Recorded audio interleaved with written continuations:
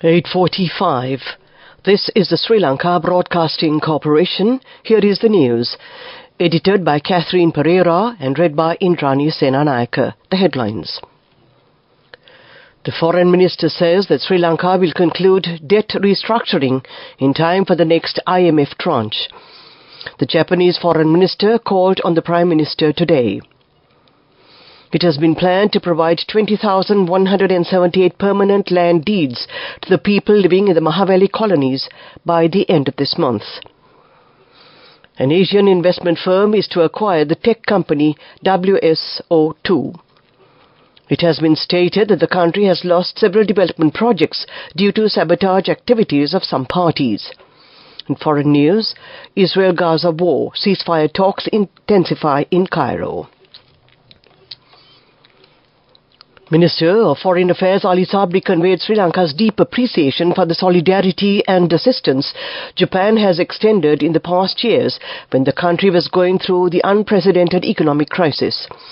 Addressing a joint media briefing this afternoon with Japanese Foreign Minister Yoko Kamikawa, who is on an official visit to Sri Lanka, Ali Sabri stated that the country remains very grateful to Japan for the important supportive role it played in the external debt restructuring process as a co-chair of the official creditor committee, as well as for its grant assistance. I have highlighted that Sri Lanka has worked diligently to stabilize the economy, enhance debt sustainability and implement growth-oriented structural reforms.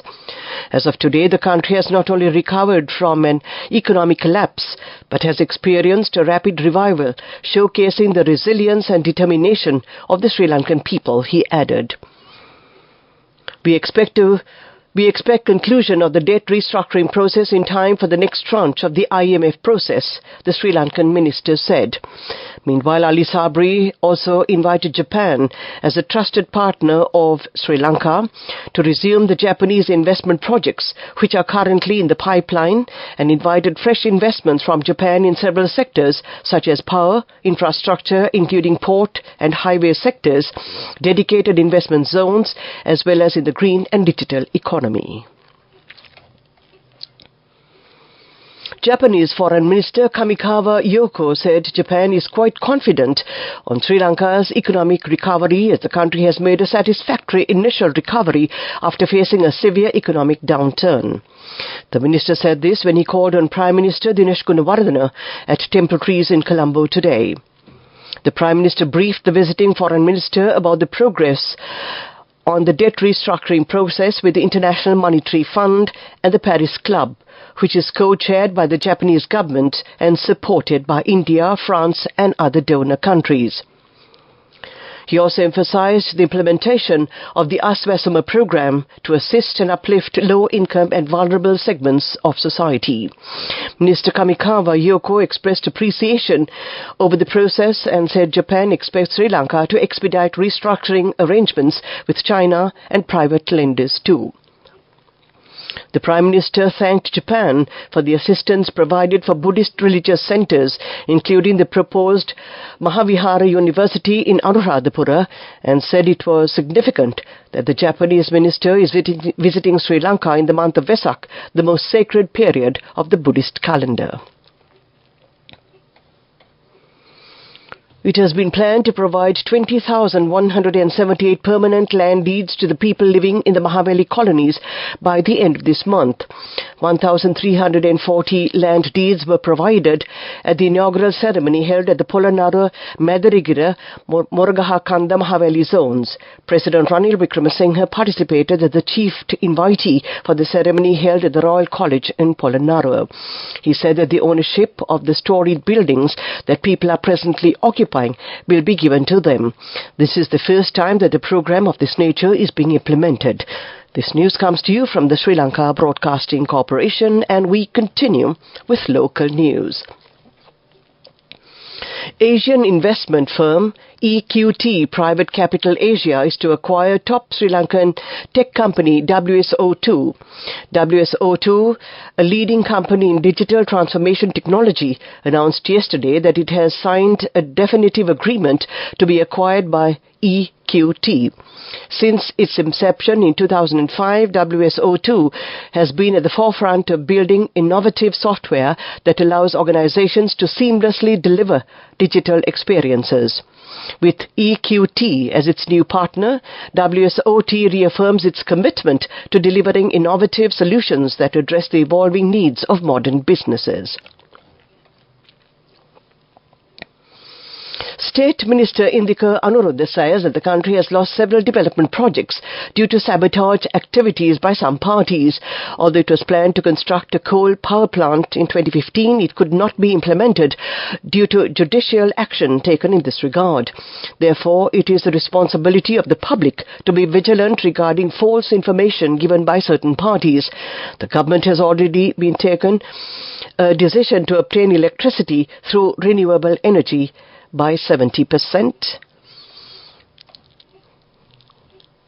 Tamil Nadu Minister of Information Technology and Digital Services Palanivel Thiagarajan met Eastern Province Governor Senthil Thondaman. The meeting took place today in Colombo. Attention was focused to solve various issues, including strengthening the mutual relations between Tamil Nadu and Sri Lanka. The governor of the Eastern Province expressed gratitude for the assistance provided by the Tamil Nadu government led by Chief Minister M.K. Stalin when Sri Lanka was facing its economic crisis. And that ends the local segment of news. The main news story is brought to you by Sinhala Vedamahatmya. The GCE Ordinary Level Examination will commence on Monday countrywide. Accordingly, the examination will be held from the 6th to the 15th of May. The admission cards of school candidates should be collected from the principals of the respective schools, while the admission cards of the private candidates have already been posted to their personal addresses. Both the private and government school candidates should have received their admission cards by now. Examinations Commissioner General HJMC Amit Jayasundara advised the candidates to contact the examinations department if there is any issue relating to the examination. The examination timetable is also attached to the admission card. The main news story was brought to you by Sinhala Vedamahatmya. Residents of the Suryaweber Divisional Secretariat Division have requested the relevant authorities to renovate the Nabadagasweber. This is an ancient river that can provide water supply to 300 acres of paddy land. And this is for the attention of the Southern Provincial Council and came to you in Watchlight. World News, first the headlines. Israel-Gaza war. Ceasefire talks intensify in Cairo. 7 takeaways from the local elections. U.S. blames Rwanda and rebels for deadly camp strike. Efforts have intensified to secure a deal for a ceasefire in Gaza and the release of hostages, while talks resuming in Cairo today. Hamas said its delegation was traveling in a positive spirit after studying the latest truce proposal. We are determined to secure an agreement in a way that fulfills Palestinian demands, it said. U.S. Secretary of State Antony Blinken said taking the ceasefire should be a no-brainer for the militant group. Hamas negotiators have returned to the Egyptian capital to resume long-running talks, brokered by Egypt and Qatar, that would temporarily pause Israel's offensive in Gaza in return for freeing hostages. Almost all results are in from council elections across England in the last big test to public opinion before a general election. Just 5 of 107 councils are yet to declare results, with 4 out of 10 regional mayor contests also decided. The remainder, including mayoral races in the West Midlands and London, will be announced later today. Here are the key takeaways from the results so far. Labour gained more than 170 council seats to take control of 8 councils, including Milton Keynes and Newington, where there are traditional bellwether seats for general elections.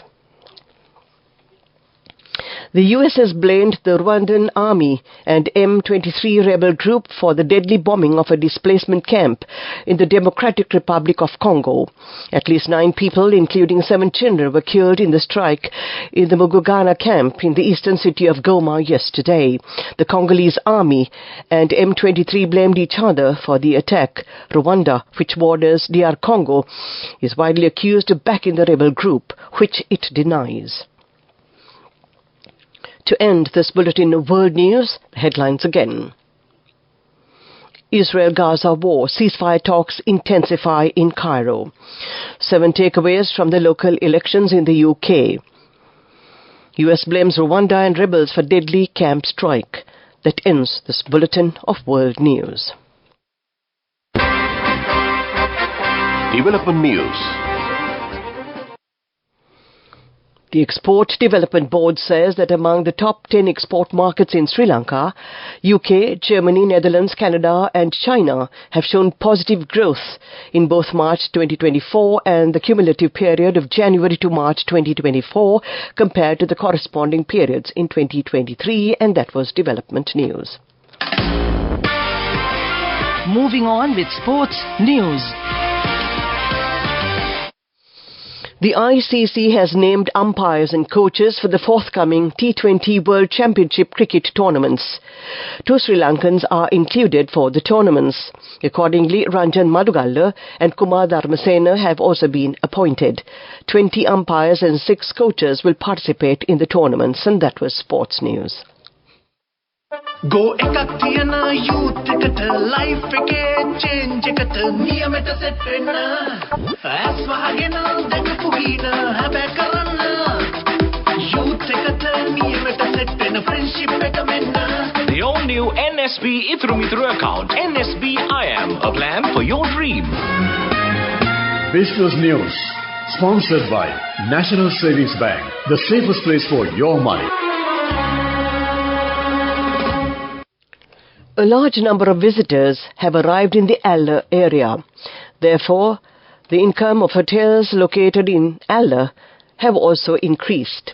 It has been reported that about 2,000 tourists arrive daily in this area. And that was Business News. Business News, sponsored by National Savings Bank, the safest place for your money.